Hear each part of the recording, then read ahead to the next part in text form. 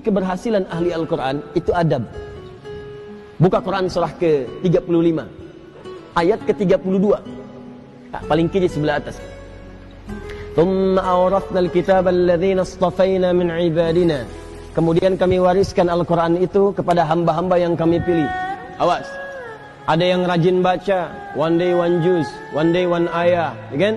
One day one surah, dan seterusnya. Ada yang rajin menelaah, buka tafsir ini, tafsir itu. Ada yang rajin menghafalkan, ya Masya Allah. Tapi maaf, apakah semua orang itu dianggap benar oleh Allah ketika berinteraksi dengan Al-Quran? Tidak. Ada 3 golongan. Faminhum zalimun li nafsi. Ada orang yang senang dengan Al-Quran tapi zalim orangnya. Rajin baca dia, rajin tapi zalim. Tidak mampu menempatkan ayat Quran sesuai dengan tempatnya. Apa? Zalim itu menempatkan sesuatu bukan pada tempatnya. Ini penghapus, buat menghapus tulisan di papan tulis. Asalnya begitu. Tapi digunakan untuk melempar orang misalnya. Nah, itu zalim namanya. Gelas, tuh, fungsinya menampung air untuk minum. Gayung, fungsinya untuk mandi. Ada orang minum pakai gayung, mandi pakai gelas.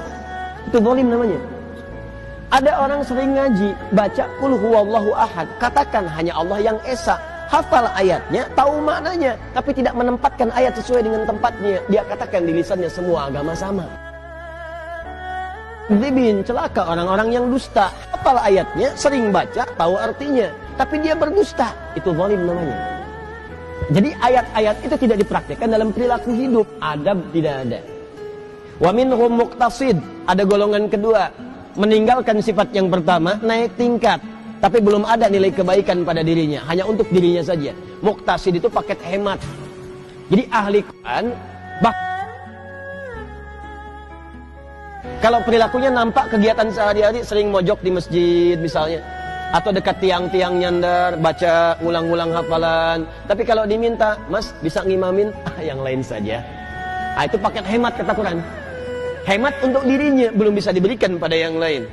Yang ketiga, wa minhum sabiqum bil khairati biiznillah. Adab. Ada ahli Quran, kesuksesan interaksinya dengan Al-Quran dibuktikan dengan menampakkan perilaku baik dalam kehidupan. Sabiqum bil khairat, kalau bisa nomor 1 dia mengerjakan kebaikan.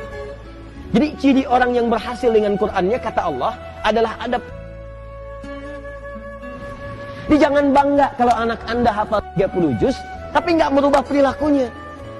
Yang yaitu hafalan banyak, tapi perilaku semakin durjana. Yang salah tuh dalam hafalannya. Ada yang keliru.